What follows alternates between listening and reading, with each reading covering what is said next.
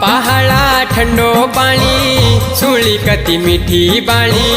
पहाड़ा ठंडो पानी सुली कति मीठी बाणी। छोड़नी नी लागनी हाय हाय छोड़नी नी लागनी।